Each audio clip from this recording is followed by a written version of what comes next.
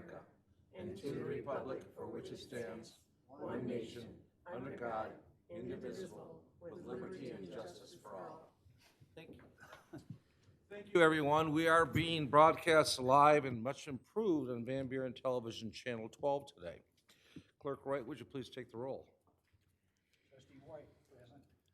Trustee Miller? Here. Trustee Martin? He's somewhere On on his the way. horizon. Trustee Frazier? Here. Treasurer Bud? Here.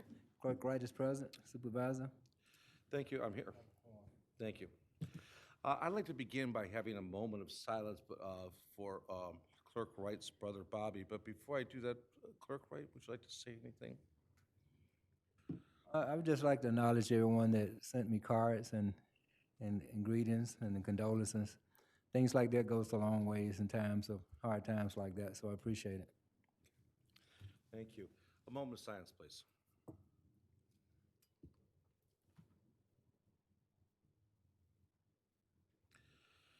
Okay, back. I'll begin with the executive summary. The executive summary of today's consent agenda is large. It consists of the reappointments of numerous people that have been on the boards before. Charles LaRocque and Carmen Stovall are being reappointed to the Board of Zoning Appeals. Scott Medline is coming back to the LDFA. And Carol Thompson and Joan Franzoy are coming back to the Planning Commission.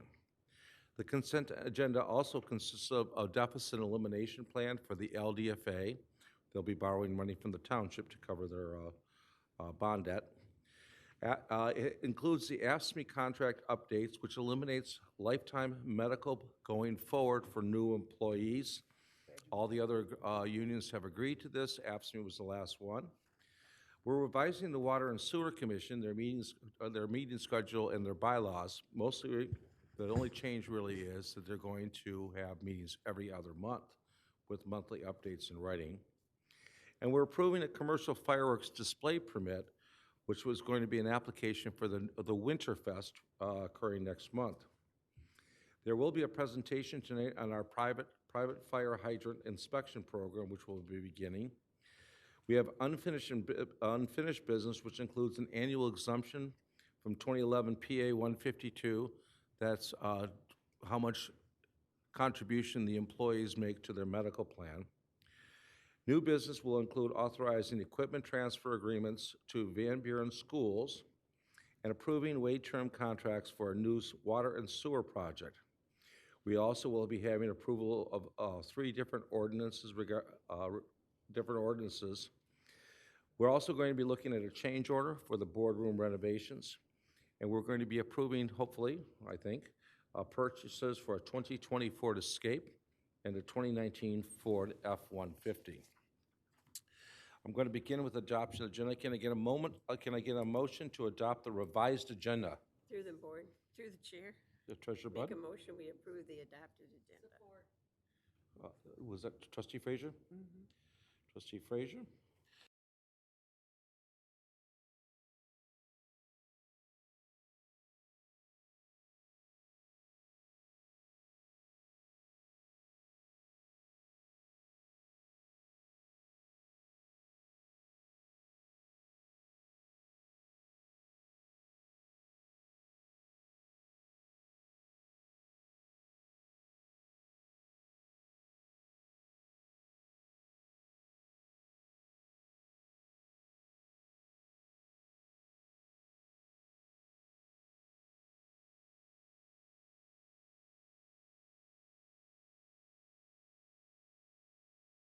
For 2019. Number 5, prepaid list of October 31st, 2019. Number 6, prepaid list of November 7, 2019. Number 7, prepaid list of November 14, 2019. Number 8, voucher list of October 15, 2019. Number 9, voucher list of November 5th, 2019. Number 10, voucher list of November 19th, 2019. Number 11 is the approval of Resolution 2019-27, Deficit Elimination Plan as approved by Plant Moran and Township Attorneys. Number 12 is approval of AFSCME Contract Healthcare Savings Plan updates. Number 13 is the approval of the reappointments of Charles LaRock as an alternate to the Board of Zoning Appeals with a term to expire December 1st, 2022. Scott Medlin to the LDFA with a term to expire August 12, 2023. Carol Thompson to the Planning Commission with a term to expire October 1st, 2022. Joan Franzoy to the Planning Commission with a term to expire October 1st, 2022. And Carmen Stovall as an alternate to the Board of Zoning Appeals with a term to expire December 1, 2022. Number 14 has been deleted. Number 15 is the approval of Resolution 2019-26 to revise the Water and Sewer Commission bylaws and meeting schedule. And item 16, approval of the commercial fireworks display permit application by Michigan Fireworks Club to set off fireworks on Saturday, December 7, 2019. Thank you. I know that was a long one. Can I get a motion to support? Support. Ms. Miller? Okay, I have a motion for approval by trustee Martin and support by trustee Miller. Hearing no discussion? All in favor? Aye. Opposed? This motion passes. We're moving forward. We're now in a public hearing. We have none. Next is correspondence, announcements, and presentations. I handed one out to each of you, but Pam, would you like to go first, Ms. Fleming?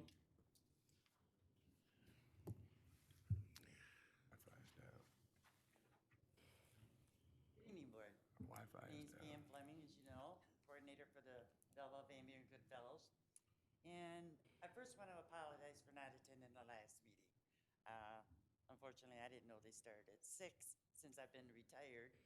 And I just wanted to thank Dan Solomon for assisting me in announcing our kickoff for the program. Just a couple things. I'd like to state that any of the City of Belleville Van Buren residents who need assistance for Christmas, that the registration forms are available at the police department or on the township website. Anyone who would like to make a non-perishable donation, drop-off boxes will be available in the police department lobby or the senior center lobby. And we will continue to take applications up until December 6th at 3 p.m. And they must return the forms in person to the police department with proper ID. And if anybody has any questions, residents can call me on my cell at 734-260-4150. Have you talked to our communication department about possibly doing a joint communication? I see them smiling and laughing. We'll help you get the word out. Okay, all right. Okay, I can start. Thank you very much. Okay, thank you. No child without a Christmas. We'll start over trustee White. President, the September Day Senior Center is holding their annual bake sale on Saturday, December 7th, 2019. Bake donations are greatly appreciated. Please drop off donations at the Senior Center on Friday, December the 6th. And remember, the bake sale on Saturday is December the 7th, 2019. Drop off the donations on Friday, December 6th. We have some fantastic cooks in this township. I can verify that, so be sure and come out to the bake sale by the seniors. Okay, trustee Martin. On November 26th, from 5 p.m. to 7 p.m., the Belle Noel Bonfire starts off the Belle Noel Tree Festival at the Belleville Area Museum. Be sure to take home a Belleville Area Museum ornament. Trustee Wright. Sign up for Medicare open enrollment at September Senior Days Senior Center. MMAP councils from the Senior Alliance will be available on Wednesday, November 20th, from 10 a.m. to 3 p.m. to answer all your Medicare questions. Trustee Miller. Parks and Recreation would like to announce the Holiday Arts and Crafts Show. This event will occur on Saturday, December 7th from 9 a.m. to 3 p.m. So grab a baked good and head on down. Trustee Frazier. It's with great pleasure that we announce that Van Buren Township's Quirk Park Splash Pad has been awarded the 2020 Park Design Award by the M Parks Michigan Recreation and Park Association. This award will be presented at the 2020 Parks Conference and Trade Show. And it was very popular at the end of the year, even though we only had it open for a short while. We want to thank the DDA, Director Susan Ireland, Assistant Director Lisa Lothringer for all their determination and perseverance on getting the job organized and getting it completed before the total end of the summer. And of course, the Davenport Construction that also worked round the clock to get it done for us. So it turned out to be a great success for us, and then getting the award just makes it even better. So make sure that you put the splash pad on your calendar for coming up Memorial Day. Thank you. We are pretty happy with that, and the DDA was a major role in that. Don't want to lessen, though, the role in this building. You know, it was just, we worked as hard on it. Yes, Yeah, so, everybody did. I mean, it was a huge team It was a effort. team effort. Yes. Okay, moving on, we have public, anybody from the public wishing to make any announcements? No? Okay. Next item is public comment. Anybody from the public with public comment? Hearing no, we're moving on to unfinished business. Oh, the presentation, I'm sorry, I skipped right over, Jim, I'm sorry. Big bold asterisk around it and everything, I'm sorry. Go ahead.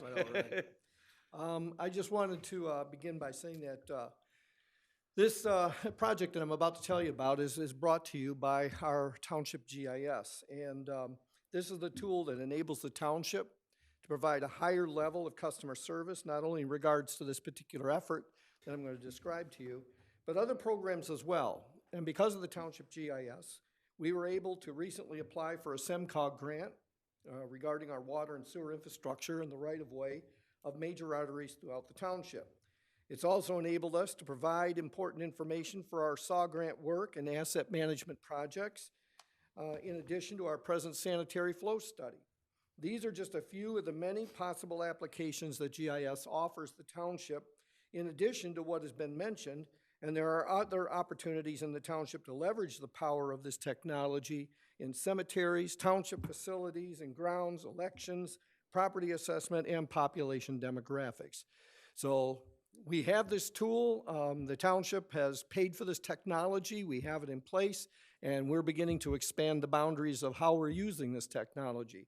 And one of the ways is what I'm going to kind of show you tonight, is a private fire hydrant inspection program.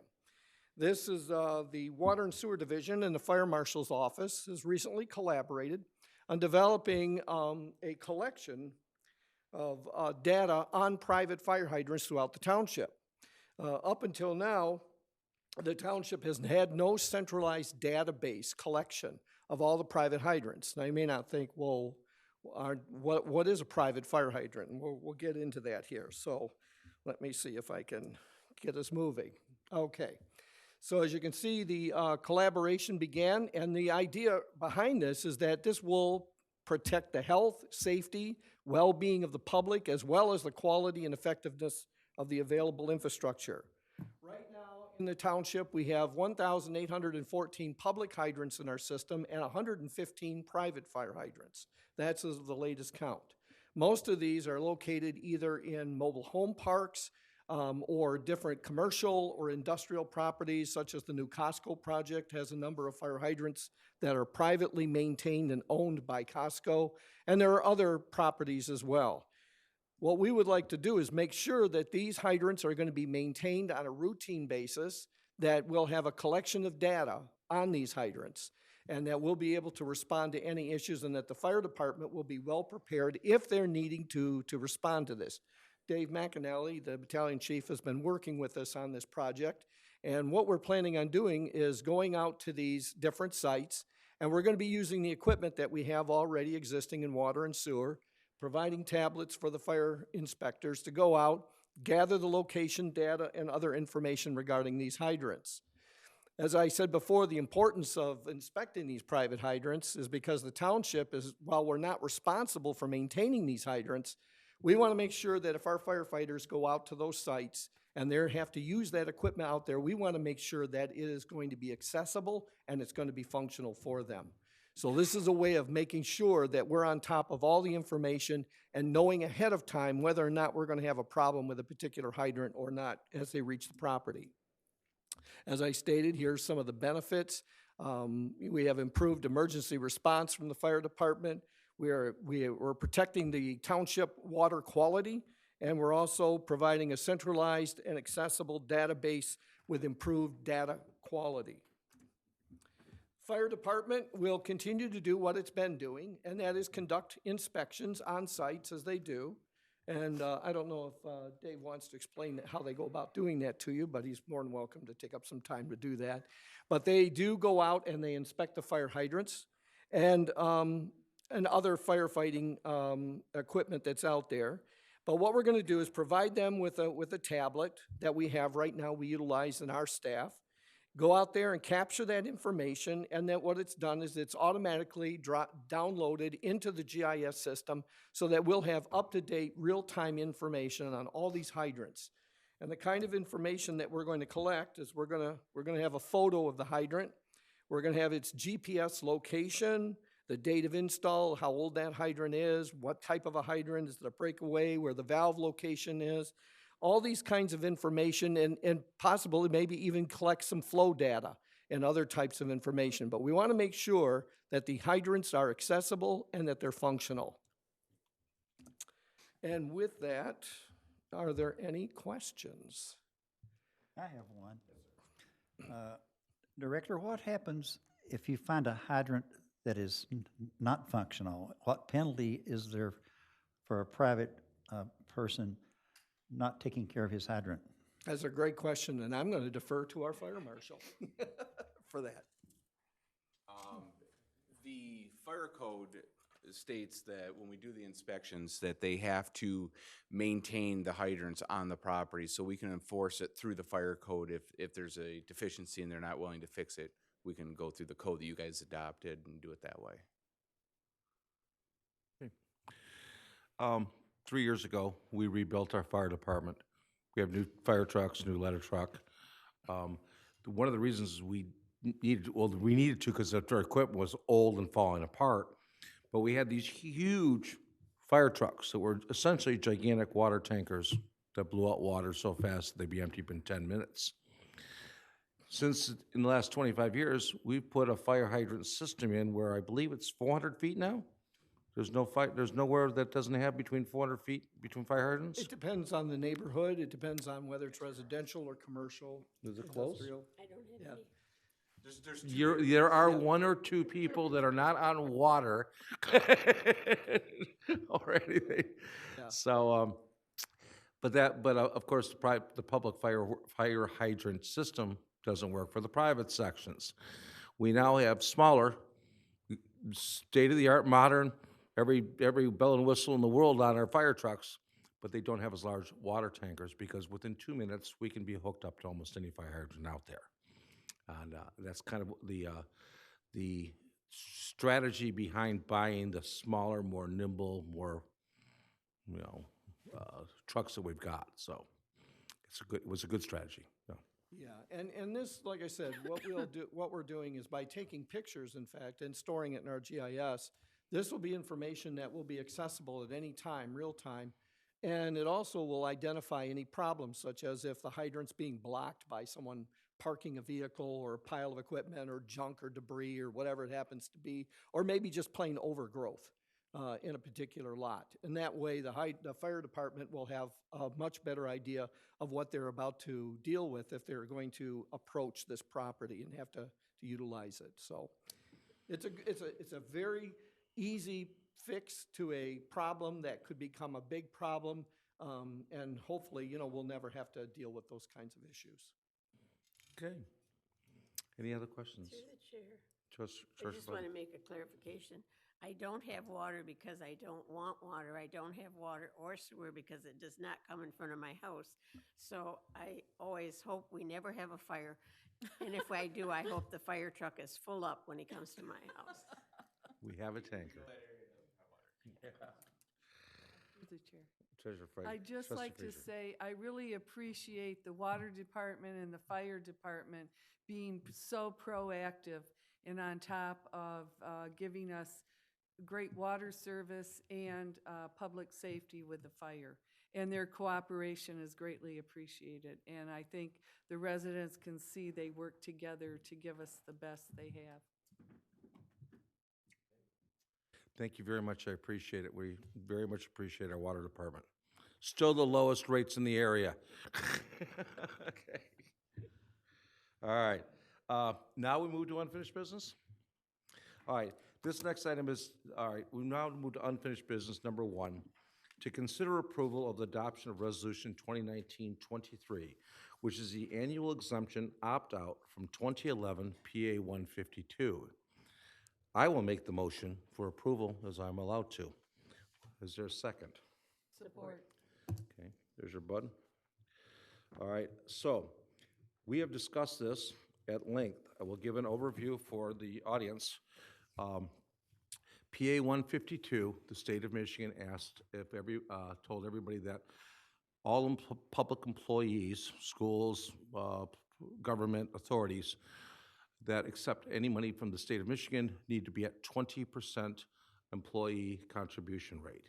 Unless they do one of two things. They use what's called a hard cap, which means give their employees the absolute base amount from the, we'll call it America Affordability Obamacare. In other words, the lowest possible medical care you can be at. Or you have a vote, a 2/3 vote of your board stating that you will opt out of that 20% and take some other number. We have an agreement up until this, we have an agreement through our contractual, our negotiated union contract that we will vote yearly, and we assume that we're going to do 10%, which we did last year. We need to do that every single year, and the contract is, that contract cannot bind this board to that 10%. So every year, we need to do that on our own, vote to get rid of the 20 and go to the 10, which is what we've calculated into our current labor contract. Without comment, I think we've talked about this at length. I think I'm ready to vote. Are you ready to vote? Okay, so I'm calling a vote, and it's going to be a roll call vote. Clerk Wright, would you please call the roll? Okay, since you made the motion, we'll do something different. Since you made the motion, Supervisor McNamara? Yes. Clerk Wright? Yes. Treasurer Bud? Yes. Trustee Frazier? Trustee Martin? Yes. Trustee White? Yes. Trustee Miller? Absolutely. Yes. Motion passed. All right, thank you. Next item is new business, which is to consider approval of the authorization of an equipment transfer agreement to the Van Buren Public Schools.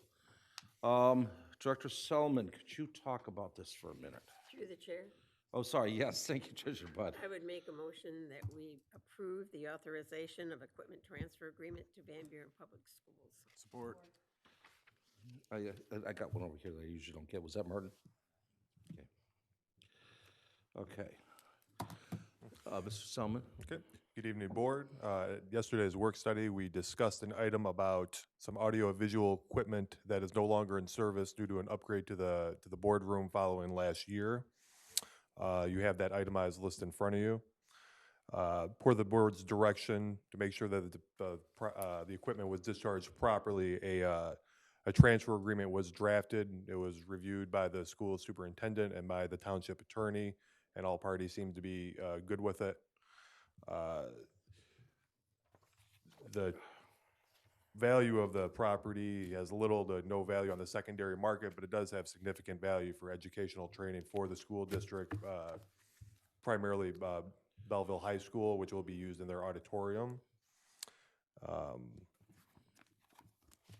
And this request is action for an item that will allow the supervisor to execute the agreement in front of you with a price to be negotiated less than $1,000 in cash or in in-kind services.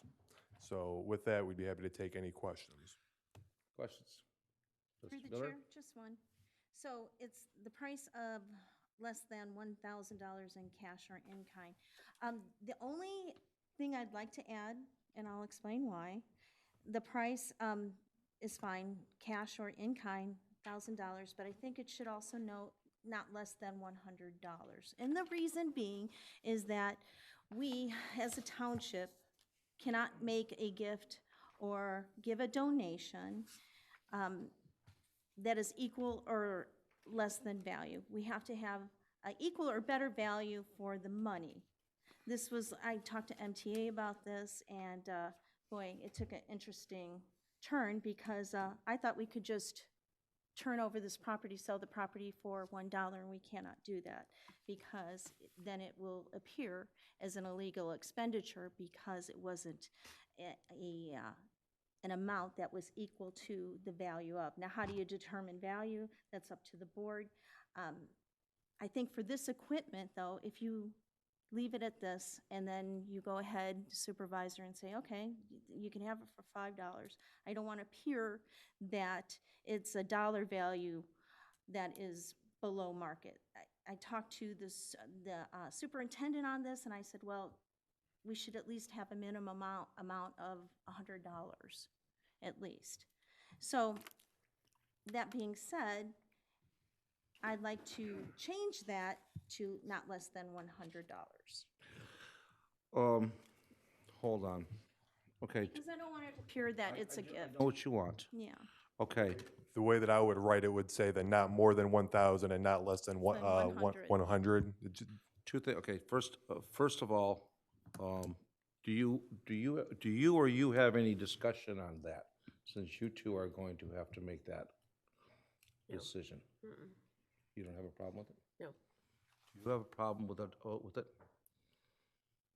Okay, okay, so, let, Secretary Boudry, could you, write in that Treasurer Bud and, Trustee Martin have no problem amending their motions, thank you, to add in that, not less than $100. Thank you. Okay, $100 going to be the cost? The least amount. it'll be the least amount and probably be the cost. You know, we've had people tell us it's not worth anything. We tried to get a credit from TEL Industries for this stuff, for all the work they were doing. They didn't want it. It's been sitting in our closet for 6 months. Through the chair. I'd just like to, I hope that Alyssa or Ryan can go over there and, work with the schools to show them the type of equipment and what it can do. So it can be a joint effort and make it the best for the schools, just like it was for the township. Talk a little bit about what that would mean.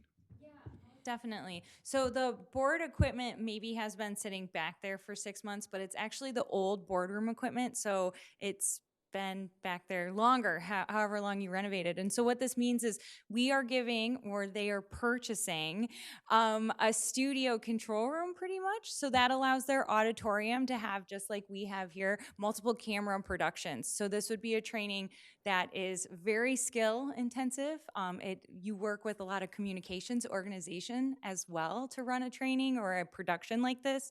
So anywhere from of 3 to 4 camera production that will allow the students to record their theater performances, choir competitions, anything in that auditorium, and then in turn allow us to also continue to partner with them and maybe have bigger events there or something of that nature as well. So We're planning on helping them out with Great. camps. yeah. I have to also express that today the superintendent was absolutely thrilled to be receiving this equipment on good. behalf of those kids. So everybody's happy. It's a win-win, and thank you for coming forward with it along with Yeah. Dan and coming up with a solution. We're happy to. And the auditorium manager that I spoke with, Brian Rupp, now is also ecstatic about it too. He was like, I can see how it's going to look. And I'm like, we are more than happy to help you out as well. And then run other events and camps there too. Most So, certainly. yeah, thank you. Yeah, that tie is working real well, the township, or the tie with the high school. Supervisor, Trustee White? is the value to the Van Buren, to the Van Buren Public School District, is this equipment that we're giving them, selling to them, Is that value in excess of $100? I actually think it might be lower. To be honest, it's hard to say because a lot of this equipment is so old that it would cost us a lot of money just to go and take it to a place to recycle it. So it's really hard to say a price point. I mean, these are older computers. They still run, but if you and I go to purchase an older computer, it's nothing pretty much. I understand. Which is another school's treasure, so nothing to us, but everything to them. So the equipment is obsolete, which is what I think Alicia was getting at, but it's hard to put a price value for the educational training that they'll be able to use it for. So, but I do think it will be valuable for them for that purpose. But to put a monetary value on it is difficult. And they will learn how to use a board, and they'll learn the strategies and all the rest of the things. Well, and a good point of us giving it to them and not just recycling it or throwing it in a landfill is they can get this program up and running with our help and then maybe get better gear along the way or down the road. I mean, there's always that option. $100,000 into that gear. The superintendent The was replacement very gear. happy to pay So, this amount yeah. for this equipment. Absolutely. Perfect. Yes. That's what I like to hear. Yeah. Thank you. I want to thank everybody that gets Comcast and AT&T Uverse because they basically pay a fee that goes into a pot that basically bought our cameras, and it can only be used to buy capital equipment, and this is the stuff we replaced with that money. All right. I have a motion that's been revised. I have support. Hearing no further discussions. All in favor? Aye. Opposed? This motion passes. Supervisor, Yes, sir. my wife and I will pay the $100 for the equipment to Yeah, be given to thank the you. high school, okay? And That to the superintendent. It's a gift from the people of Van Buren Township. We'll work something out with I will be happy to pay $100. do whatever my you wife. want to work out with the schools. I already told the school that probably can pay 200 for them, they'll be up. Yeah, right. Thank you. All right, next item is to consider approval of awarding a contract. This is to Wade Trim, not to exceed the amount of $48,000 to provide engineering services for the Beck Road bypass valve and VP 06 instrumentation upgrade. Thank you, Board. As I explained to you. One second, I'm hold sorry, you need a on, hold on. motion. Treasurer Bud. I would make a motion that we approve the awarding of the contract to Wade Trim not to exceed the amount of $48,000 to provide the engineering services for the Beck Road bypass valve and V806 instrumentation upgrade. Clerk Wright is on the support. Oddity.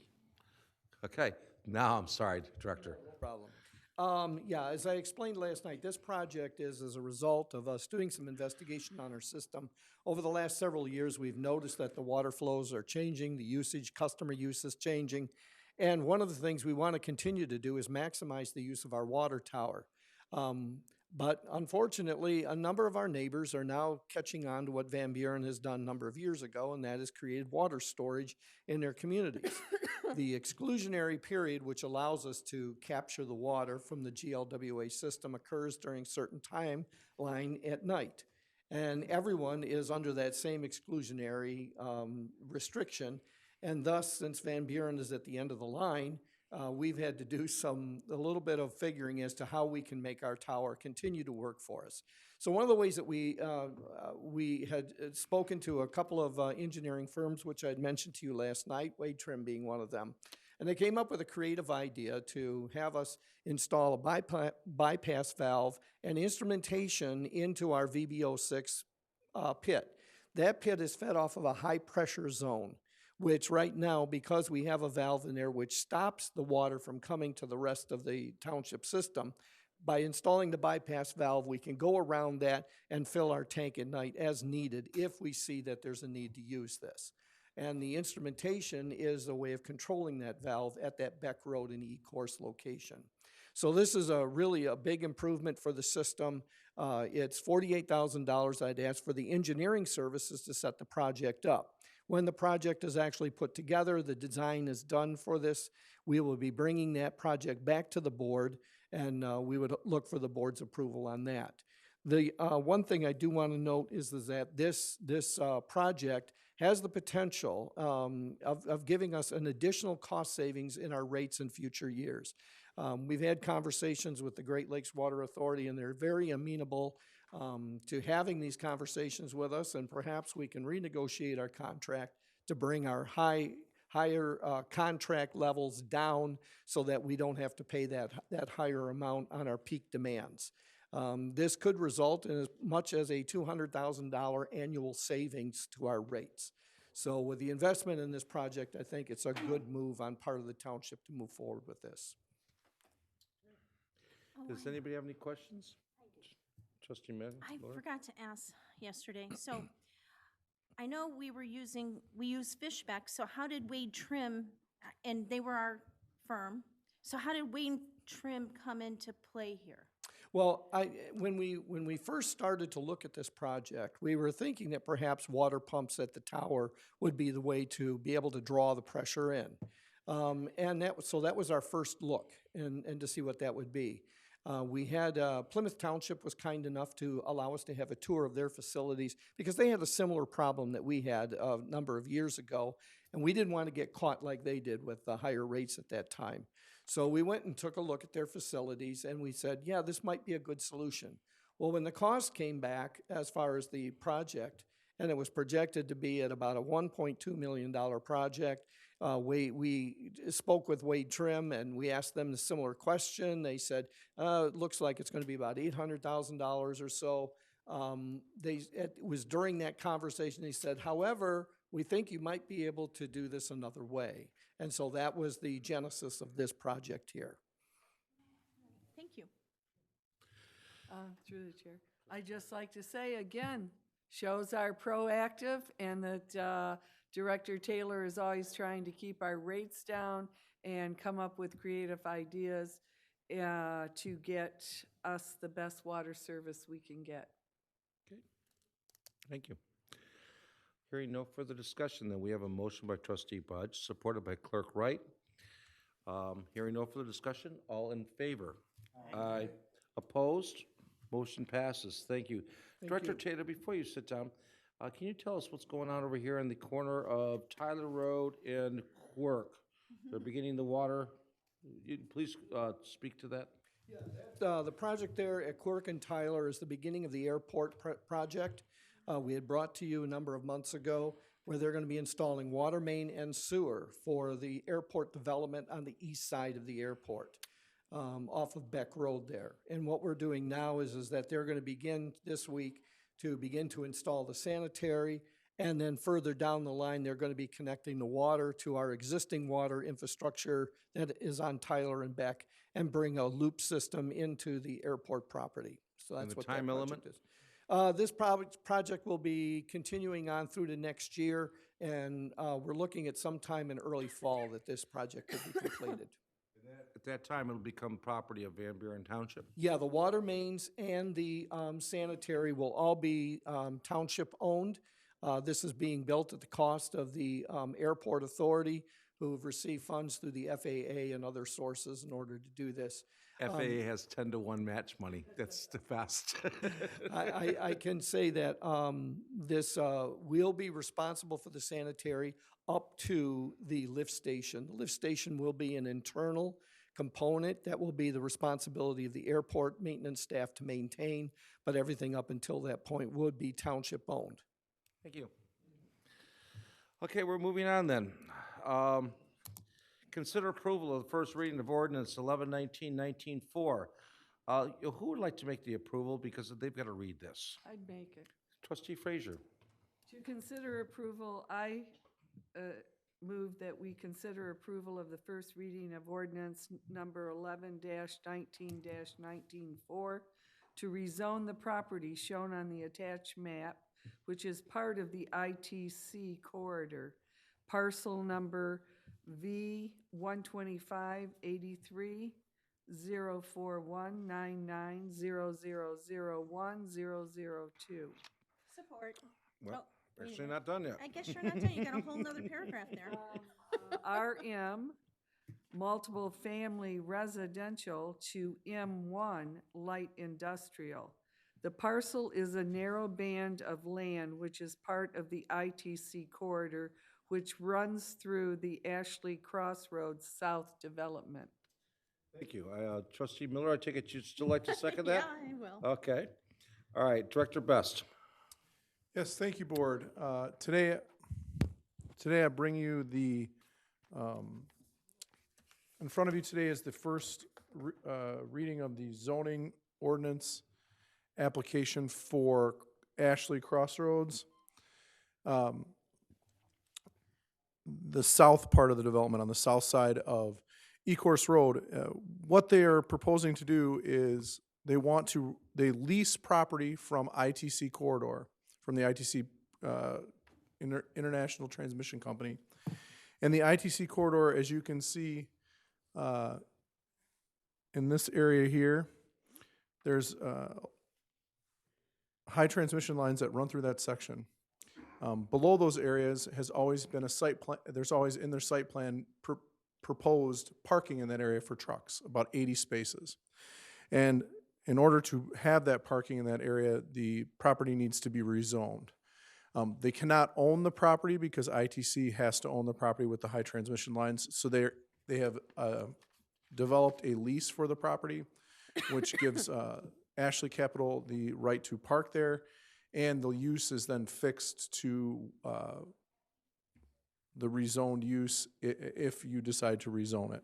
It is being rezoned from RM, multiple family, which would not really be a good use in the middle of a industrial distribution center, to M1 light industrial, which would allow for the planned truck parking that is currently approved on the existing site plan. This is the first step in this process. The Planning Commission has already seen it. Treasurer Budd and the Planning Commission have already seen this and approved it through to you. Be happy to answer any questions you might have. I think that we've already heard about this. I'm going to call for a vote. I have a motion by Trustee Frazier, supported by Trustee Miller. All in favor? Aye. Say aye. No, this is the first reading, so you'll get a second chance. The to vote second on reading this. will take place on 12/3. For the audience, this will come back again at our next meeting, and at that time, we'll have to vote on it a second time, which is what we always do with these kinds of things. Next item, Trustee White or Martin, would you guys want to approve this? Motion to approve the first reading of ordinance 11-19-19, parent 1, to rezone parcels V 12583, 10599005400, and V 12583, 10599008000, otherwise known as 791 Savage Road and 13720 Martinsville Road, respectively, from M1 Light Industrial to R1B Single Family Residential. Treasurer Budd? Okay, Director Best. Back in earlier this year, the Township Board had the request for rezoning in the triangle portion of Savage Road, which is zoned industrial. There are a lot of homes that were on the property prior to its zoning to an industrial state, which became non-conforming uses. These homes, in order for a lot of these property owners to refinance or sell so that a new person can get a mortgage on the home, the mortgage companies are requiring them to rezone the properties to a residential use. This is a relatively new a requirement by these finance companies, and we have been taking them step by step, application by application. Per the direction of the Board of Trustees after that meeting, the board directed us to offer the ability for residents to rezone without fees this area. At that time, the township sent a letter to all the affected property owners along Savage Road. Only 5 property owners responded. The process that we chose to follow was for each property owner that was interested to fill out a application, so that the formal process that we currently follow is followed. Only 2 moved on with this formal application process. They're the only ones that turned in the application. And today we have those properties before you, 791 Savage Road and 13720 Martinsville Road. Both properties are looking to rezone their property from M1 to R1B Single Family District. After extensive study of the McKenna McKenna found that the rezoning is from M1 to R1B is beneficial to both the residents and the township and makes sense. The Planning Commission passed it at a previous meeting. We are here today for the first reading of that ordinance to allow them to rezone a property that is currently used as a residential use to be zoned residential. Okay. With that, I'd be happy to answer any of your questions. Are there any questions? No? Frazier or the Miller? I just wonder why the township, since there's properties there, I think there's only 2 businesses, and they're, you know, older business. I just wonder why we can't just rezone that whole thing residential, you know, on the master plan. We could make a change in the master plan to make that area a residential area. And to be fair, master plan, hold on.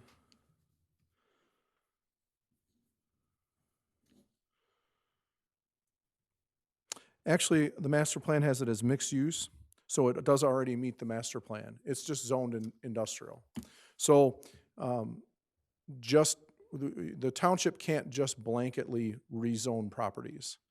There's a process for that. We can't just say, all these properties here, we're rezoning you residential. That's not what we do. We can do that with the master plan use after we go through the master plan process. But in this case, its master plan is mixed use. And so this residential use is acceptable there. Trustee Miller? So what I understand this to be is that the homeowner can request it, but we can't do it on their behalf, correct? But the fees- That's our process, right, yes. that's our process. And the fees they're not being charged any fees, correct? Correct. Okay. And I know what everybody's, here's the concern. Obviously, the concern is we've got to get the word out there that if you go to sell your house and you're zoned industrial, there is a good chance that your bank is going to say you can't sell your house until you change the zoning from industrial to residential. It's very possible. It's about a 6-month process, and that's going as fast as we can go. We are offering people to do this now free of charge. We will offer it in the future, and we will do it as quick as possible, which would be still 6 months.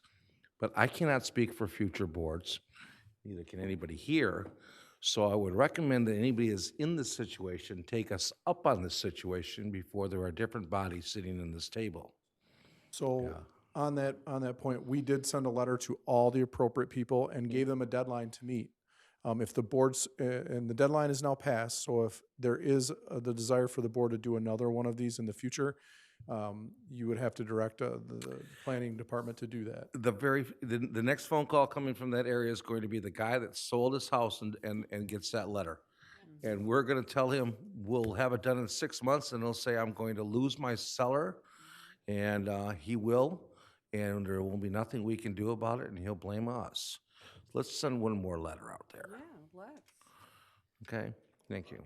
And make sure that if they have any questions, that, you know, there's some way to, I know that you said if there's any questions, please contact me, but I don't think they understand the seriousness of this. Let's say if somebody comes in there and wants to put in a new business there, an industrial thing, then they can't stop them because it's zoned industrial, right? That If a wouldn't property change. owner comes in and wants to use the property as it's currently zoned and they meet the setback requirements and the Yeah. other planning requirements, they can build a permitted use. So all the residents on that road and on Martinsville are gonna be up in arms because maybe it's a noisy, business. Maybe it has a lot of trucks, who knows? Because it's near the railroad tracks. I understand why they zoned it that, partially, but it could be a disaster waiting to happen for residents. So we want to make sure we have them informed and, maybe if we offered to have like I don't know, how many houses are over there? Since only 5 responded, there's not more than 10, I'd say is there's there? 30 or 40. Oh, no, not that many. Up and down Martinsville Road and Savage Road, yes. I would have to No. count, I would have to go back and count. I know that we sent every single parcel a letter, but that doesn't mean that that's how many actual addresses there are and residences there are. There's less residences than parcels. Yeah, and some of them might be renters too, so, They were sent to the property owner of Okay. record's address. all right. Through the chair. Trustee Miller. So, Trustee Frazier has a very good point. If there is I don't know, say there's acres out there, and there is, and it's zoned industrial, there's nothing that the surrounding residents can do No, to prevent a business going in right. right there. Correct? If it's a permitted Is there use, that's anything we correct. can do? No, there's nothing done? No. Okay, just be aware of that. That's a shame. Trustee White? I think it is up to this board to correct all of these problems. I think as a board, with the help of Director Best, that we should evaluate every single industrial site that has a homestead on it. And this board should move forward and correct those problems and not put the burden upon the township. Because for some reason or another, the township created that problem by allowing those houses to be built on that industrial problem. And I think it is up to us to correct that mistake. And to do whatever is necessary and to move forward and to not penalize the current homeowners and on these pieces of property to have to go through the process. And if there's a homestead on an industrial site, should be taken care of. So one of the things that I need to make sure that is clear, that the majority of these houses were built prior to the zoning of the properties of as an industrial parcel. None of these houses were, as far as I know, none of these houses were built and then rezoned as an industrial area. Therefore, there's nothing, Trustee White, there's nothing to correct as much as there is if there's a desire for them to have their property rezoned as residential. That's something they can apply for and would be happy to help them with. But there was not anything done to existing residential homes where they weren't built wrong. So I want to make clear on that. Did the township allow Zone. homes to be built on industrial property? My on understanding property? is that is not the case. Well, what is the case then? Well, it can't be, As I've stated before, the homes were built prior to the zoning ordinance being in place, prior to the industrial zoning. The area was zoned industrial during the initial zoning of the establishment of the zoning map, making those structures non-conforming uses, which is very common practice. They're legal non-conforming. They're allowed to continue, but they do not match their zoning district that they're in. That's not something that needs to be corrected as much as if the property owner wishes to move forward with a different direction, they can do that. They can but rezone. what was the property zoned before the houses were built? Sherry, I don't think there was zoning back then. When, The houses were built, Sorry, Treasurer Bud, I'm sorry. the houses were built, and then the township zoned it industrial. They established the zoning district for the first time, that's correct. It was a mistake on the township's part. They should never zone homeowners' property as industrial. We are attempting to fix the problem by doing this. This is what we're actually actively doing right now. But we're penalizing the homeowner by telling them they've got to come forth and pay to have their There's property nothing else we can rezoned. do. There's nothing else we can do. The only, Mistake. We should correct it. not a mistake. mistake. How would we do, what would we do? It was our mistake because the houses were built and then it was rezoned by this township industrial. That's the way I read it. What would you do more than we're doing? We're offering to fix it and for free. We should fix all of them along that strip of property. We're offering to. Okay, Yeah, okay. but we can't have one property with a house on it zoned industrial and the guy next Some door. people want and- to be zoned industrial. But you're gonna have industrial, residential, industrial, residential, industrial, residential. So that's the way it's gonna be set up on the individual properties on that road. Do we have that situation now, where some of the houses are zoned, as residential and the property next to them is industrial? Yes, we do. Yeah, absolutely we do. Make sure I'm getting the right understanding. From my understanding, I think that we're correcting the issue that's at hand right now. I think that we are giving them the opportunity to correct their zoning if they step up, and it's free of charge. So I think we're doing the due diligence to do what we need to do in order to correct this issue. And I don't think we as a board didn't make the issue. We're correcting it. You also have, we're doing our part. The homeowners they have to step up and do their part too.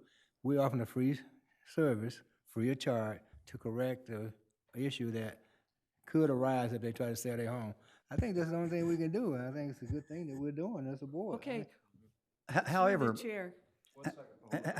however, Let it rebuttal, then we'll go over here. we're gonna wind up with one property zoned residential with a house on it, the property next door zoned industrial with a house on it, property next to that residential, property next to that industrial. It is up to us to respond to and to make sure that we correct the mistakes of the past. I'm not saying that we made them or who made them, but somewhere along the line, these were made, and it's up to us to. change that. Sure, we can. If it is wrong zoning, we can take it before the planning commission, zoning it, yes, we can.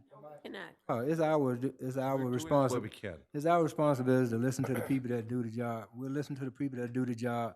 Our director just instructed us that we can't arbitrarily do that, but we can do what we're doing, which is offer them the opportunity to fix it if they step up and ask, free of charge. Okay. Trustee Frazier. But the industrial could, let's say, some of those industrial that, I can't remember the name of the business, but, it's been in business for 30-something years or maybe longer, I don't That's know. right. Yeah. So they may be getting, out of the business, I don't know. So are they gonna come to the township? Would their property be more valuable as residential, zoned residential on the market rather than industrial when they go to sell?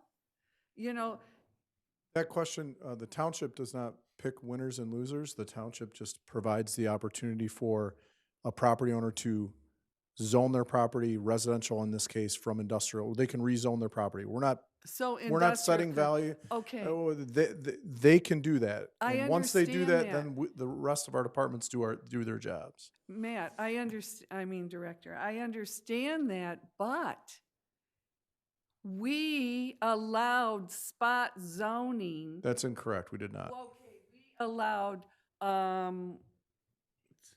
mixed-use zoning. No, We didn't?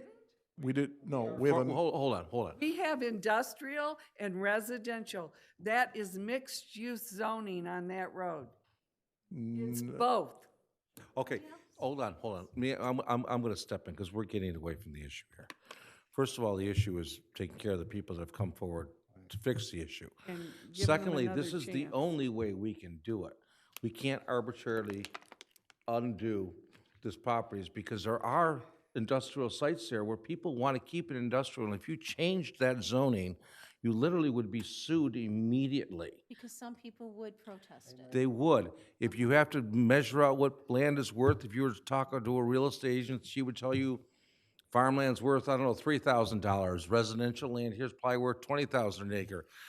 Commercial land, I'm told, is worth now $100,000 an acre, not even on Belleville Road.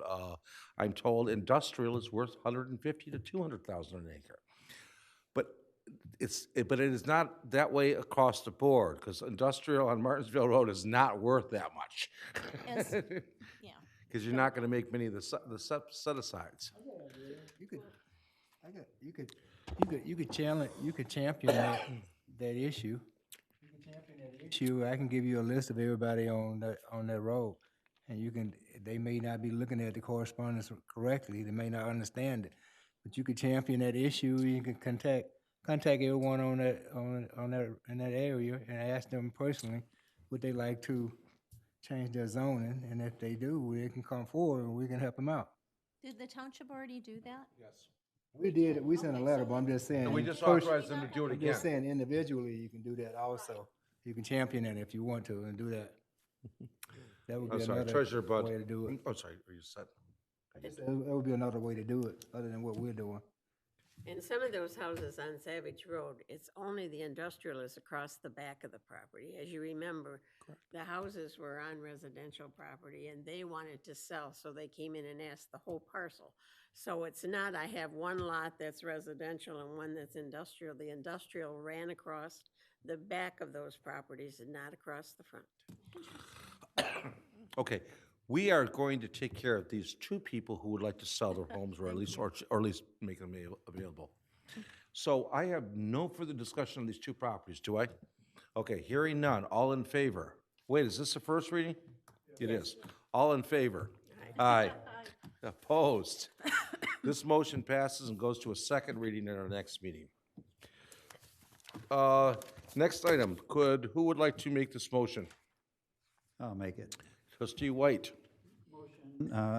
New business item number 6, to consider approval of the first reading of ordinance number 11-19-19, parenthesis 3, to amend the township's future land use map in the township's master plan to change the future land use designation of the property located at 41620 East River Drive as RM, multiple family residential, with a note which states, land uses should be limited for parcel 83-089-0010-0702 to single-family detached dwellings at a maximum density of 6.6 or 7 single-family units per acre.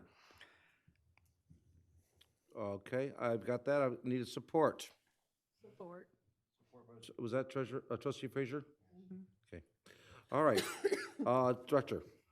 Yes, the township received a rezoning application for 41620 East Huron River Drive to rezone the property from R1C Single Family Residential to RM, which is multiple family residential.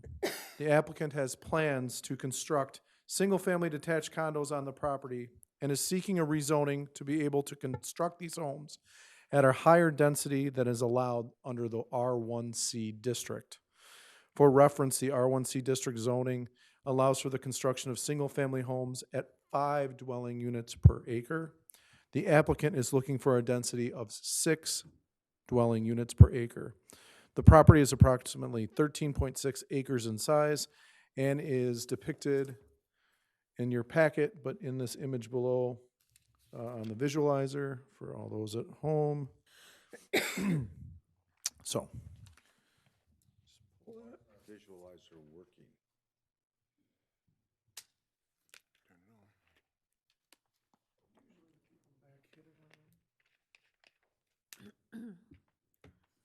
Hopefully that works. There it is. So this property has a future land use designation of medium-density, single-family, which is a 10,000 square foot structure. And due to this, the property cannot, let me read this back. Did I do that right? Yes, this is page 2. The property has a future land use designation for a medium single-density family, A, which is 10,000 square feet. And due to this, the property cannot be rezoned as it stands today, as this future land use designation directly corresponds to the R1B single-family rezoning district. Due to this, we added this item to the Planning Commission agenda, which they passed, to consider whether or not to amend the township's future land use map. So what you have here today is that future land use map amendment, which allows for the following. It would allow for the 6 to 7 dwelling units be where is it at? The 6 for 7 dwelling units per acre as outlined in the change in the RM district to allow for the 6 to 7 single-family dwelling units per acre. This future land use designation would be designated for the parcel at 41620 Huron River Drive, limiting that special 6 to 7 single-family dwelling units per acre to that parcel as outlined in the number and as seen on this document. This has passed the Planning Commission, and I'd be happy to answer any questions that you have at this time. Okay, this is, not our first time looking at this property. Does anybody have any questions regarding this at this time? I'm still confused about the 6 or 7 units per acre, and those will be individual units, or would they be combined units? They're independent units. They are independent units. Independent units, single-family units. There won't be any duplexes or anything else like that.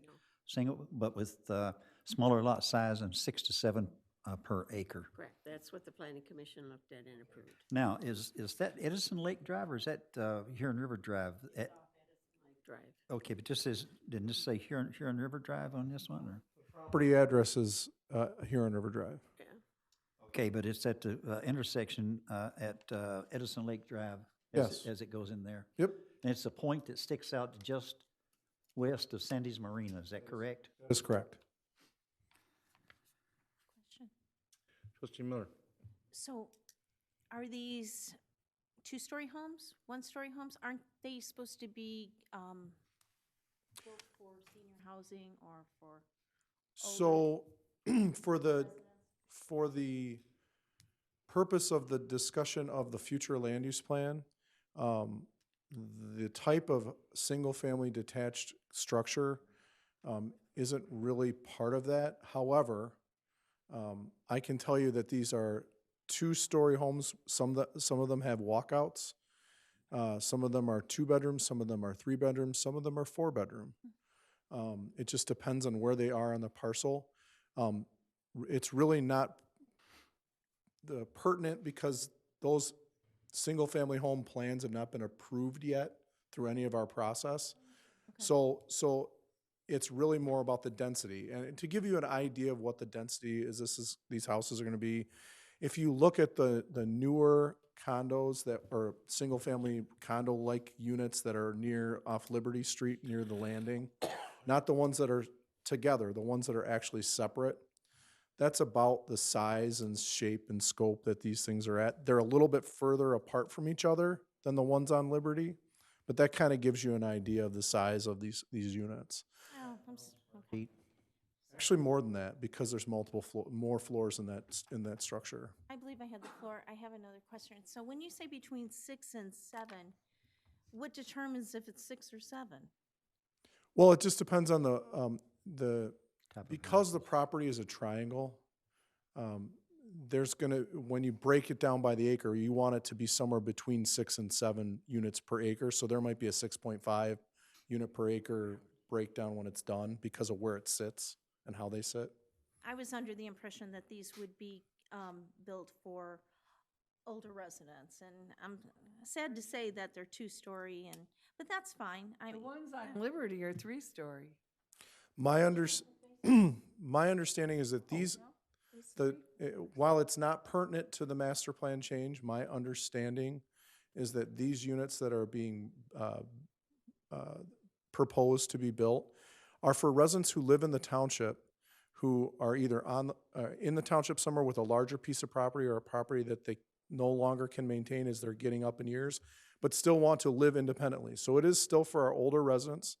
It is created for the retention of those residents for our community so that they don't have to move somewhere else and still live independently in a home. That is the marketing plan that's been presented to us and the Planning Commission of their concept. However, that portion really isn't pertinent to whether or not we change the master plan or not.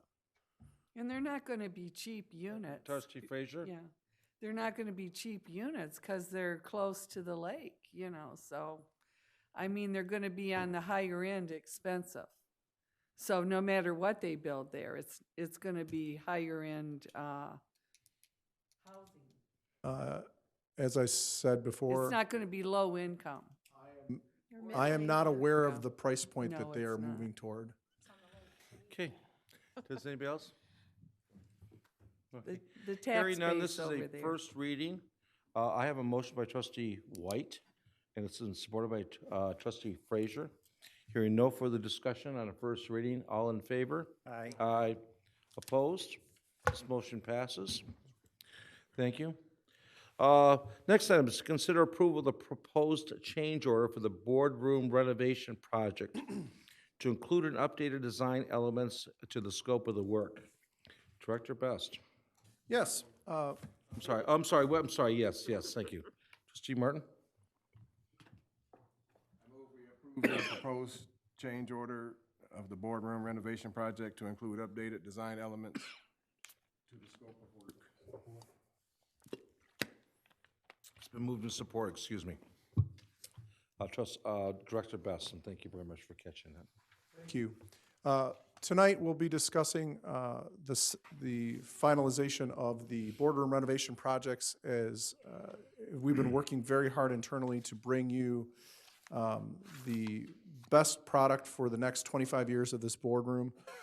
We've worked very closely with our winning contractor, Davenport. As you are aware of, the original bid that we talked about and accepted was a contract for $97,000 to do a standard base bid work on the renovation of the boardroom, which included carpet, it included lighting changes, it included paint, it included some additional upgrades to the walls and the back wall here. This in turn, with our technology upgrades, would provide us with an updated boardroom. However, we had asked in the base bid for each bidder to provide us alternate prices for things such as the removal of the board table and rebuilding of the board table, refinishing the board table, adding additional lights, doing other pieces of it. As Davenport was the winning bidder, we then sat down and negotiated with Davenport and worked with our interior designer and with Davenport's contractors and subcontractors to come up with the best products based on the inputs that we received from you, the trustees, and our elected officials. Today, we're bringing you, per the discussion we had last night, as well as discussions we've had previously, we're bringing you a modification to the original bid and a change order to help finalize our project. First, we are looking, as you know, new carpet, new paint, new ceiling, new lights. These things will all be done as part of the original contract. There'll be a closet door that will be put on over here, a nice solid wood door for the closet area, which we currently have covered with our VBT logo wall. And with that, we brought to you these following changes. We discussed some of them tonight, and I'll hand out a packet based on the discussion we had yesterday. Do you have enough? Are they already out? They already have them. You already have a packet out in your hands that shows what the discussion was from last night, and we made the modifications, and I'll walk you through them. From the original scope of work, you can see there, per the discussion, we have removed the existing ceiling replacement in the trustee office. We've removed the replacement of the existing lights with LED lighting in the trustee office, and we've removed the painting that would be done in the trustee office, per the request of the trustees. Hey, through the chair. Okay. I mean, so the trustee office is getting just carpet, that's it? That was the We didn't direction vote of the on it board last yesterday. night. That was I pretty much mean, the request, but lead we're not voting on, lighting. we're voting today on it, yes. Okay, lead lighting is the could- economical way to go. The whole township's the building here is being changed to LED lighting, correct? Yes, and if you let me, I'd be happy to discuss that at length, but if you let me present the rest of this, we can get there. In the proposed change order that you see here, Excuse me. Let's stay with the trustee's office. According, from what I see here, that you're basically, we've already ordered the carpet, so we're getting the carpet, okay? you All right. ordered. So, Let's just go with it. so the wall base and the wall finishes, what are those? That's, the wall base is here. And the wall finishes in the trustee office? The interface between, they're gonna make sure that that's smooth and clean, but Okay. we won't be painting. Okay. The reason the rest of it was removed was because that was the way the board was going at that time. I don't remember talking about the painting in there. We I mean, basically it said, it seems- basically was walk away, we could do it some other time, is what the feeling was. Why do it at some other time when we're renovating the whole township now? I mean, how big, that room is not that big. No. Painting is a minimal cost. And I think the LED lighting is economical, and we're pushing LED lighting for the economics You know of it. what? We've been going through this for a long time, so I'll tell you what we're gonna do right now. We're going to do what's called a straw poll, and we're gonna ask, do you guys wanna finish off that trustee room while we're here? Yes, Desk. yes. Desk or desks. new tables. New countertop, Countertop. the new, whatever, it's got that old stuff, it's a very small, or were we planning originally to do that? Wait a minute. Yeah. So we're doing the carpet, the door, Oh, I- and Hold on, I got it right now. In the trustees room trustee only, were we planning on doing the cabinet area this year or next year? Planning on doing all the casework and cabinets in 2020 for the entire township. That was part of our planned budget. And- 2020. And the reason that we decided to do it in this project was we were already going to be in there tearing everything up. It made sense to add it to this project. Okay, so is it currently in the budget for doing that section also? For the casework in there, Yeah, yes. the money is currently in the budget for that, yes. Okay, so let's ask this question right now. to do it with carpet, though. Okay, so that is a very seldom used room. I don't think we have to really look at swatches on that, do we? Swatches on what? On the, We on already the, have the on the carpet. casework, on the casework. No. Okay, so from a poll, from a poll of us, we want to finish off that room, since all it's gonna take is some LED and some paint, and the carpeting, And the pads on the ceiling. and the pads on the ceiling. And the door. The door, yeah, we'll get to the door. Okay, so that's a yes from everybody. Need new tables or a new desk. That's coming. That is coming. A table is fine. We don't need Okay, an expensive okay, desk. so yes, we're gonna add that Okay, back yes. in. Let's go back to that list. Show me the list. On Okay, so that's trustee all back office, in. the red, put all that back in. Okay, so so we are going to put in the door over there, okay, as per public safety, correct? Yeah. Everybody, yes? Okay, Well, I think it's kind of ridiculous. I but think that if there's a mean, shooter, then we're not gonna get to that door either, but You know, you public can't. safety and every, I'm just soon. Now, last question. That podium right there, Yeah. do you want? Talking about the trustee room. The podium right there, do you want it moved to the middle? It's a $4,000 extra, and I believe that nobody wants it moved. No. Good, so we're not going to move the podium. Right. Next thing on the list. The countertop. There is a disagreement on what kind of countertop to get. I know that trustee Martin and Frazier already saw the other one. I have sent you guys a link today. I would like to leave the countertop line item in there for $13,000, and whatever it does end up costing after you decide as a board, through your emails back and forth, what countertop you want, we can go out and price it. but I'd like to get that voted on today as a placeholder item. So what you're saying, through the chair, to be clear, is that we have a countertop allowance of a certain dollar amount. Correct.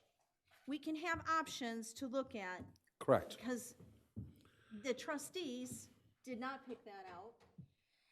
But we'll look at options, and we might end up with that, we might not, but at least we'll have the options like we did with the board chairs, Correct. correct? Correct.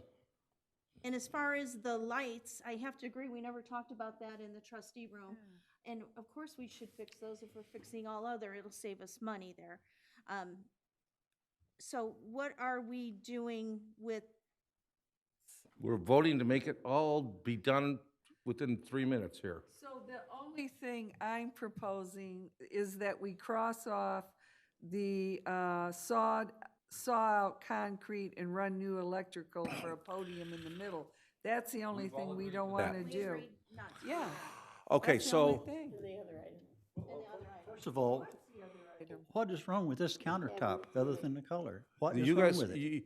you can put that forward. We're only putting a Don't wanna- $13,000 placeholder there, okay? Whatever I the don't think group we need tells a me new- to do I is don't what I'm think- going to do. I think we need a new He said they're countertop here. doing it in 2020. So let's go back to the same, trustee, Supervisor, there's some confusion here. So we're not demolishing the cabinets in there right now, in the we trustee are room. going to. I'm sorry, Oh, you are? It's off. We are. okay. Why would we Depend on do whether that? the board wants to move forward Because with we're it or going to be not. ripping that room up now, so let's get it done. It's a waste of money. It is. It's a entire waste. The It's same. an entire waste of money. Nothing. To demolish those cabinets. If you're taking carpet, I put in carpet, you cut around it, there's no Anybody problem. uses that room, so if So why you would want to. we go ahead and put in new ones and demolish it? Haven't even been in there. I couldn't even tell you what color that is. Okay, so leave them alone. They're not, they're usable, they're fine, let's not be so disposable. I just got a question. Didn't you just indicate that you have plans to redo all the cabinetry in the township hall in 2020? Except for that room. You want to do that room this year? And the reason why you was doing this is because we were renovating the boardroom now, and you figured you might as well do that now? Yes, that is correct. Okay, so we're renovating the township, as we all see. The first time in how many years, Sheriff? 25. 25 years. So why are you gonna nitpick it now? We approved the CIP plus plan to get all this stuff done. We're nearing the end.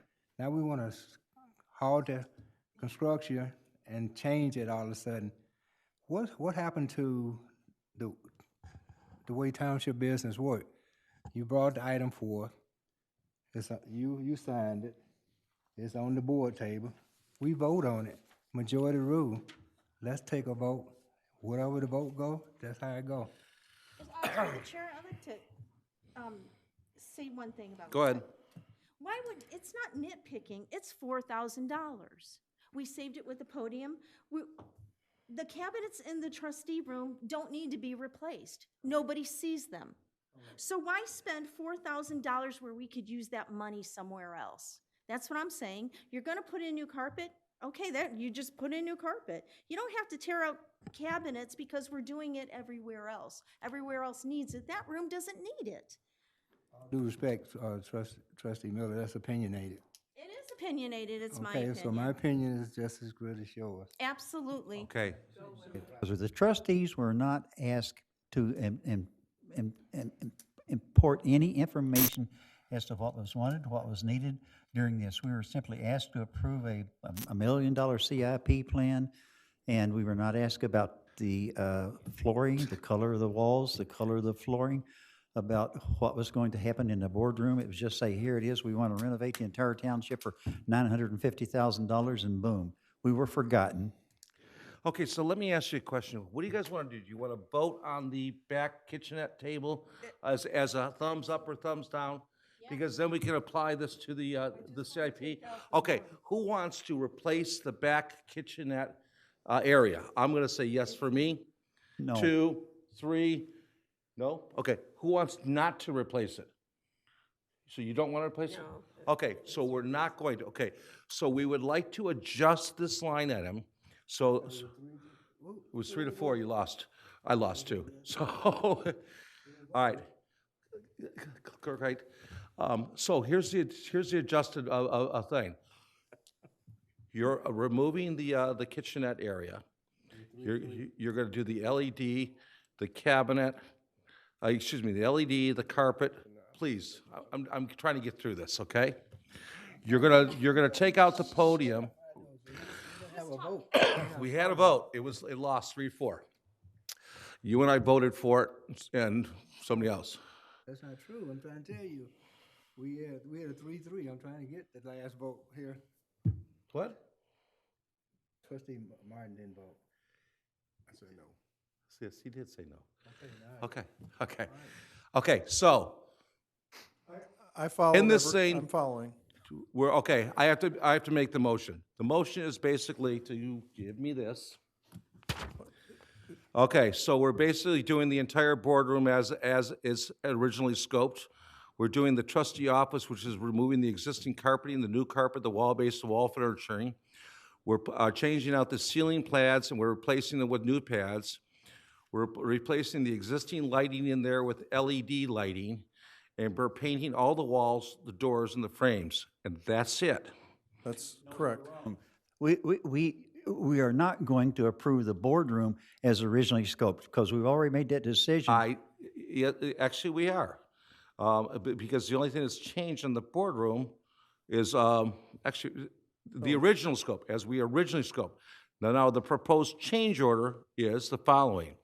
We are doing the change of the, we are not doing the Corian countertop, we're just leaving the $13,000 allowance until such time as you guys can come up with it. It could be, we just don't know yet.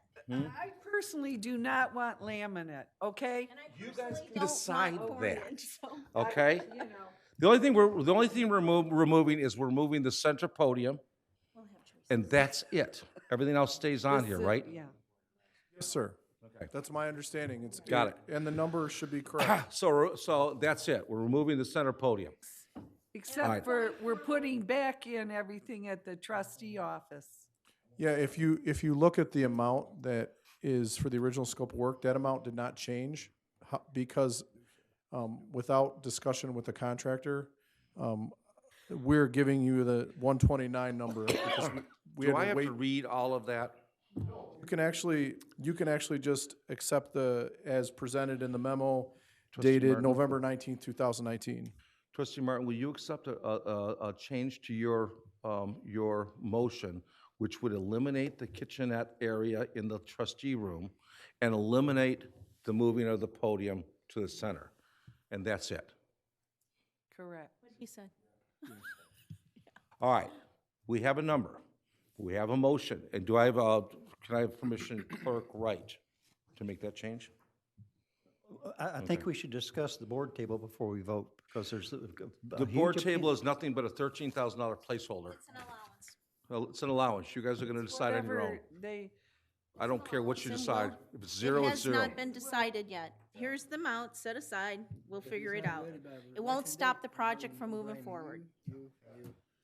Actually, the board table To start it. material has to be selected And sooner rather than I later. meant to start the project. If we go ahead and But do they- this tonight, to move forward with the vote, we can start.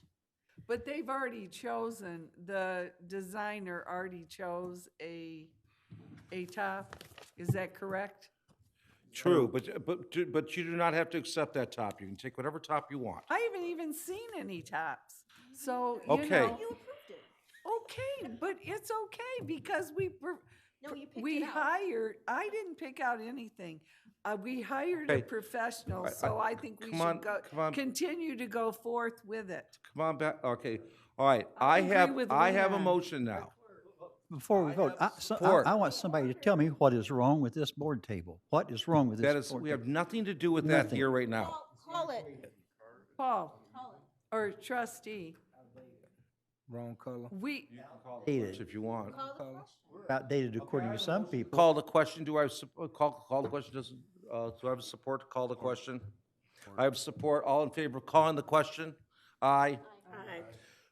Opposed? Question's called. I have a motion to make this motion go forward. I have support. All in favor, say aye. Aye. Aye. Opposed? No. Roll call. I can't see spinning. No. Okay, trustee White. No.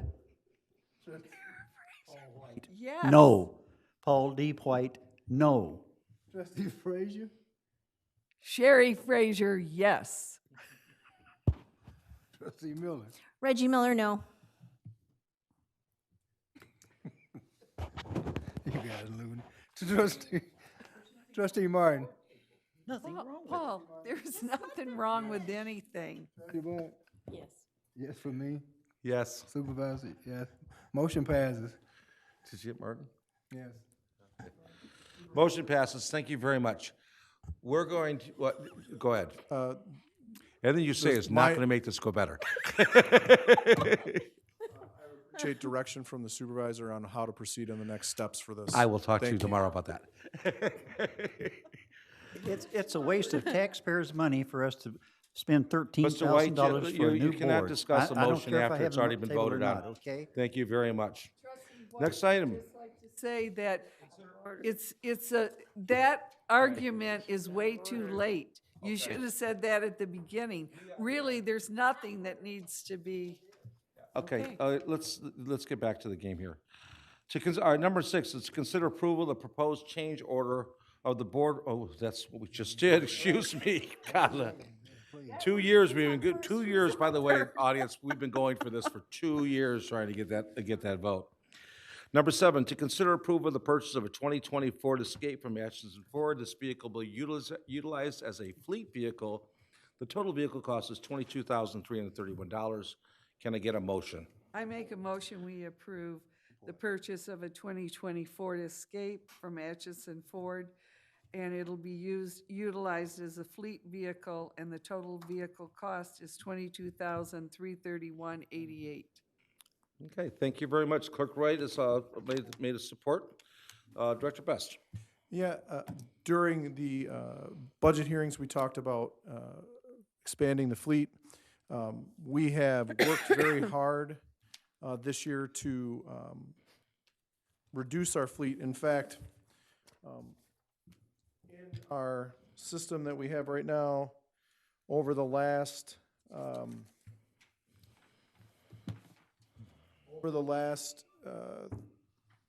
3 years, we have eliminated 10 vehicles from our fleet. We currently have, in 2018, we had a fleet of vehicles of 30 vehicles. In 2019, we now currently have a fleet of 24 vehicles because this year we have disposed of 6 vehicles. We have not replaced any vehicles from this fleet. Our current budget plan for 2019 and 2020 is for the replacement of 4 vehicles and the disposal of 5 vehicles, which would actually reduce our fleet down to 23 for 2020 for the vehicles who are in the fleet, that is outside public safety and outside water and sewer. For this, we looked for vehicles that meet our requirements for uses. We evaluated our uses. We spoke with various people who would use this vehicle in our fleet, and we've looked at cars, we've looked at trucks, and we found that we have 2 types of users in the township. We have our high-end users who have to haul and move large equipment, large number of people, and we have our low-end users who are transporting for inspection uses, for uses other than Meals on Wheels or transportation. These are things like going to meetings, doing inspections, assessing inspections, which is a big, for 2020 is going to be a huge endeavor for our staff, our assessing staff. We identified we worked with Atchison Ford, who gives us better than state pricing, to identify the lowest, the best lowest use user vehicle he could find. That was the barest bones of vehicles. We identified this Escape that we have in front of you. As you can see, it has almost no options. It is as standard as it gets. The price for this vehicle is 22,311. This is lower than the state bid pricing for this vehicle. We are looking to add this vehicle to the fleet, and I would be happy. It will be replacing a vehicle in the fleet that is being disposed in seniors, and then the vehicle that is currently being used as a fleet vehicle would then be transitioned to seniors. So we are actually going to make our vehicle age younger, which will reduce our maintenance costs and continue us on the pathway to making our fleet more manageable and better for the township. Be happy to answer any questions you have. Trustee The Miller? maker of the motion doesn't want to go first. Go ahead. So my question is, when you say the fleet, what does that exactly mean? There's a certain area that these cars are parked, and someone from the township that needs to use a vehicle for business would be able to look at the inventory and choose what's available, correct? Anyone can. So this, my point is, this car isn't being assigned to anyone in particular. Everyone who has this ability to use a township vehicle can, correct? Because So it got a little, it was unclear yesterday on a previous vehicle. our fleet management system that we have right now, one department, the Department of Public Services, and particularly our Building and Grounds Department, manages our fleet. We use network fleet software to not only manage our maintenance, but our fuel costs, and to make sure that we are utilizing the vehicles the best they can, getting every dollar getting the best value out of our vehicles, as well as making sure that the right users are using the vehicles. We have 24 cars in our fleet right now. Some are assigned to specific uses, and you can see in the table before you, some are currently assigned for specific uses. For example, we manage we take care of the 2003 Ford van that is assigned to the Recreation Department as the recreation van. We maintain it, we take care of it. However, if someone from another department wants to use it, it's not exclusively under the use of the Recreation Department. You just have to talk to the Recreation Department and make sure that they're not needing it that day and you are able to use it. That's the concept of the fleet vehicle. Other vehicles, such as in the Building and Planning Department, you'll notice that there is a 2014 Expedition, or 2014 Ford Explorer. That is a true fleet vehicle. It is utilized sometimes by the supervisor's office. It is utilized sometimes by the Building and Planning Office. Sometimes it's used by Water and Sewer. Sometimes it's used by assessing. It just depends on the day. There's not a spot you can just walk out with keys, grab a car, and go. You have to communicate with each other. But most of the vehicles are fleet managed. Did that answer your question? Yes, he was still talking when you said okay, though. But I that's- know, but he was, never mind, I was going to say something else, but thank you. Yes, sir. Okay, Trustee Frazier? Oh, okay, I thought you wanted, I thought you were waiting. Okay, yeah, we went to this fleet system, we had to go to the fleet system, we had almost, I think we had over, how many cars we had? I thought we had over 50 cars when we first came here 3 years ago. In 2015, when I started, there were approximately 48 cars in the fleet. That slowly has been, we've slowly been taking older vehicles offline. The Crown Vics are almost gone. That's one of the goals of this project, is to get the old Crown Vic police cars out of the fleet, because they are a maintenance, they're taking a lot of our maintenance dollars. Since cars aren't being purchased anymore, we're trying to find the best, or being built as efficient, economically anymore for us to purchase. We're looking for another option for vehicles that will work for our low-end users. The Escape seems to be the option we'd like to explore at this time. Any other questions? I have a couple of questions. I'm just looking at the, what's available on this. It's an XL series upgrade, XL power equipment, 17-inch silver steel wheels, 245 by 70 hour, 17 outside white letter all-season tires, running boards, a hitch probably is okay, XL chrome appearance, spray-in rhino liner, soft tonneau cover. I'm sorry, that's not for the Escape. That was the truck. Next Yeah. vehicle. I did go over to Atchison Ford to take a look at the vehicle. I did not see this one. There was a Escape in the showroom. It was listed out at $38,000. This is a $22,000 2020 Escape. So you can just imagine how Where's much the one for the, less equipment it has on it. And this does meet, through the supervisor, this does meet the state guidelines. And we're very pleased to have a major car dealer in our township that meets the state guidelines and gives it to us a little bit lower. He works with us and gives us the best price possible. And he makes recommendations as to what, you know. I think we've come a long way on our fleet maintenance, and that we've brought it way down. At first, I was concerned that we're buying other cars, but then when I was very glad that the director provided this sheet that gave us how old the cars were, when they were purchased, how much they cost, and all this. This is excellent because it really shows us that we've only bought 4 cars, are all that from 17, we bought 3 and 1 in 18. So, you know, we really are doing a good job of managing the fleet so that the maintenance cost comes down and we have, you know, good vehicles on the road that are safe for our employees. The state price, the state price can be available on almost any vehicle on the market. It's not a state price on this specific vehicle, but almost any vehicle that you go out and purchase.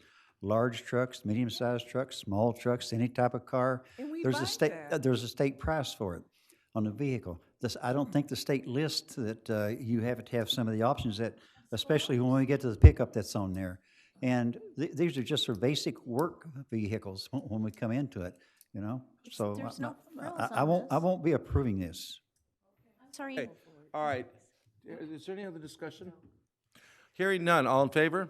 Aye. Opposed? No. Roll call, please. Trustee Martin? Yes. Trustee White? No. Trustee Miller? Yes. Trustee Frazier? Yes. Trustee Bud? Yes. Yes for me. Supervisor? Motion passed. Thank you. Moving on to the next item, to consider approval of the purchase of 2019 Ford F-150 from Atchison Ford. This vehicle will be utilized as a fleet vehicle. Total vehicle cost is $32,833. Can I get a motion for approval? So moved. Trustee Frazier, Trustee Miller. Okay, Director Best. So in looking at our fleet and looking at the direction that we're going, the low-end user, the Escape seems to be the option, the Ford Escape seems to be the option that we'll be pursuing for our low-end users. For our higher-end users, we compared many different vehicles in our assessment to find what our highest-end user could be. We actually looked at the Expeditions, or not the Expeditions, the Explorers that just came out, and actually looked at those first for a high-end user fleet vehicle. The Expeditions actually came in at $33,600 and change, which is actually more than the truck that we are looking at today. The truck that we're looking at today for to utilize for our high-end user fleet vehicle is a stripped-down Ford F-150 XL package, which is the lowest package you can get.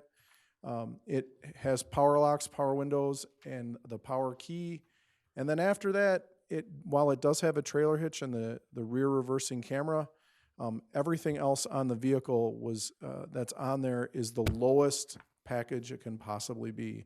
And it does have chrome because chrome comes standard, but Atchison Ford has given us the chrome discount off the vehicle as well as an additional discount to make sure that the trailer hitch and the reverse sensing camera are covered under it. The sticker price for this vehicle is approximately $44,000. We are getting this for 32,800, I think right in there, 32,833. And one of the things that's going to make this vehicle multi-use is, once its initial fleet vehicle use is done and it becomes a little bit older vehicle, this vehicle could be easily assigned for Meals on Wheels, for hauling food from our Focus Hope and other food areas, as well as for transportation for our transportation program in seniors. So as we move forward in this program, we believe that this vehicle, and that there's some of the reasons why we've protected the bed and we've covered the bed so that we can haul food in that vehicle without having an issue. So our future use for this vehicle is maximized. We believe that this vehicle is a better direction for us to go than the Explorer, which is the other option at this level. We believe that the Edge is too small in comparison for the price. The Escape is already our low-end user vehicle, we believe. So this is the best bang for the buck. I've been told, Craig Atchison has told someone that this vehicle is the ugliest truck he's ever seen. But that's not what we're looking for. We're not looking for a vehicle that is pretty. We're looking for a vehicle that is functional and can be used for many, many years. We believe we can do that with this vehicle. I'd be happy to answer any questions you may have. Chief Frazier? Trustee Miller? No, again, I think it's a great move, and I appreciate the director working on the fleet project. And I think one of the smartest things we did was invest in the technology to know where our cars are on the road and that. And we did that a year ago, I think. So I think that was a good thing, too. Trustee Miller? So last night, it was mentioned that this vehicle, this truck would be put in the fleet, but it would be signed to Director Best. Now it will be put in the fleet, but how will it be assigned? And that included taking the vehicle home, using it back and forth. Where are we with it now? I just want clarification. Board made it clear that they did not want that happening. We do need the vehicle for the fleet, but Director Best will not be taking this vehicle home. But he will be able to have Be access. able to have access to it, of course. He does now. All right. Supervisor, I think you get confused when one person talks at the board at work study, and then you think that the board decided something. I never objected to the public services person being assigned that truck. What I didn't even know that we brought that up. I think one person was concerned about it, but that doesn't mean we're just. I felt that there was more than one person, and to make things easier, I didn't want to cause an issue there, so. What's the issue? The public services person is over water and sewer. And economic He has to development. go to building. Building. And, planning. So I think it's really necessary and a good thing for him to have access to a truck. Currently, he does have access to a truck. When he is here, he drives his car here, and then he could pick up a truck. The idea, though, was to occasionally let him take it home. The board had some issues with that. We need the truck more than we need to discuss the issues. So we're just going to move forward with the truck. If that situation becomes prevalent, I will come to the board and ask you guys to allow it to happen again. I just asked for clarification. So that's clarification. It is my understanding that it is illegal to use township funds for personal use. Anybody else? Hearing none, I have a motion. I have a second. All in favor? Aye. Opposed? Roll call? Too much money. Okay. We'll start over here. Trustee Frazier? Yes. Trustee Miller? Yes. Treasurer Bud? Yes. Supervisor? Yes. Yes for me. Trustee Martin? Yes. Trustee White? No. Thank you. Motion passed. Thanks. Thank you, clerk. Next item is reports. You'll notice the July 2019 budgetary report, the August 2019 budgetary report, and the December 2019 budgetary reports are in your packets. We're now at the time for public comment for non-agenda items. Is there anybody that wishes to speak today? Come on forward to the podium. You have to, you don't have to tell us who you are, but it's always nice.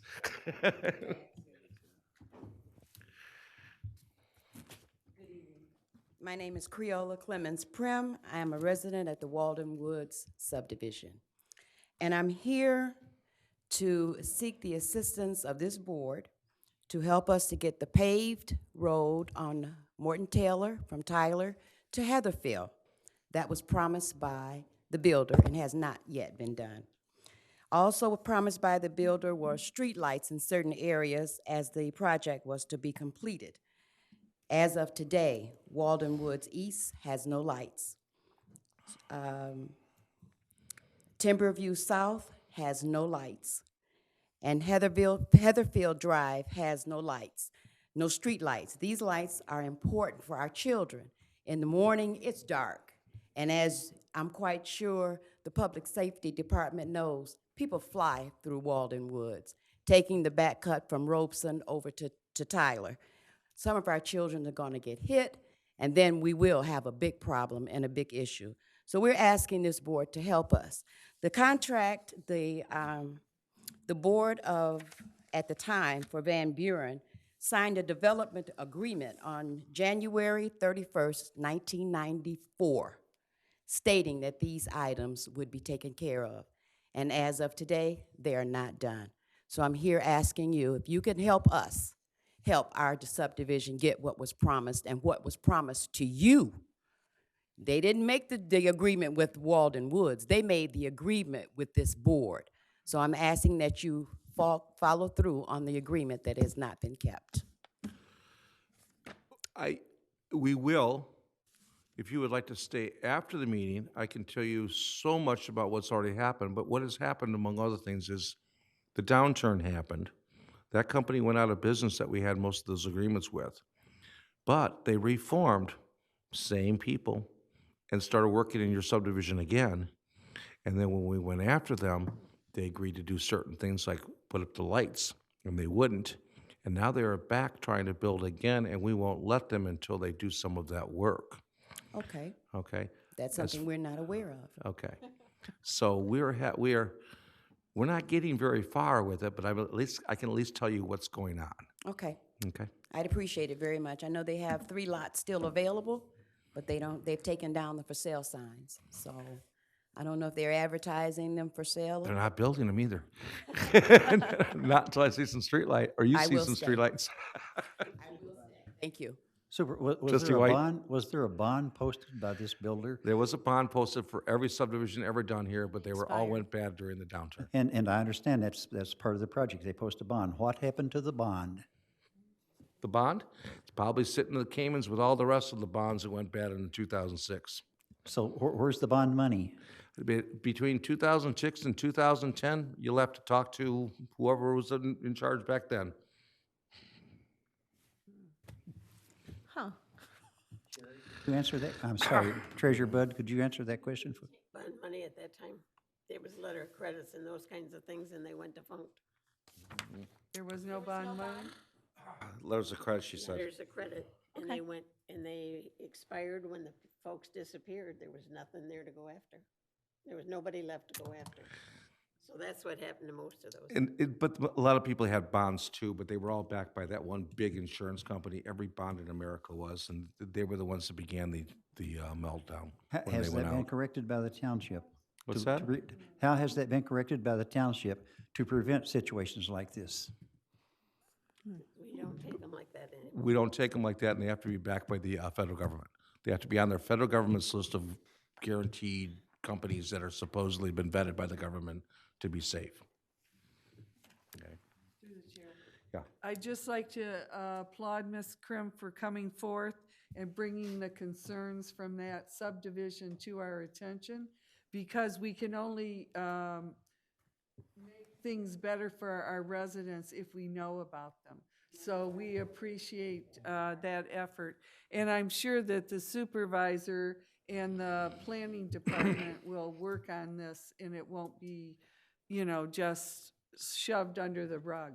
It sounds like they're working on it already, and hopefully we can come to a resolution of some sort with the builder if he still wants to build there.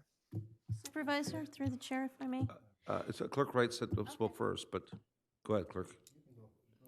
You know, the same thing happened to our subdivision. Bond went kaput, builder went bye-bye, and the street lighting fell on the homeowners. We had to take a special assessment, $75 per home, and then to finish the streets, we had to take another assessment to put the final grade on. So I understand exactly where you're coming from. Same situation with Country Pond. So if there's something that could have been done at the time to alleviate that problem, not put that burden on our homeowners there, I wish I had known about it. Okay. Does anybody else, Clerk Wright? I think what we should do going forward, make sure if any bill that any promises made be done up front and not in the rears in case something like this happen, because it's the norm. That's what we should do going forward.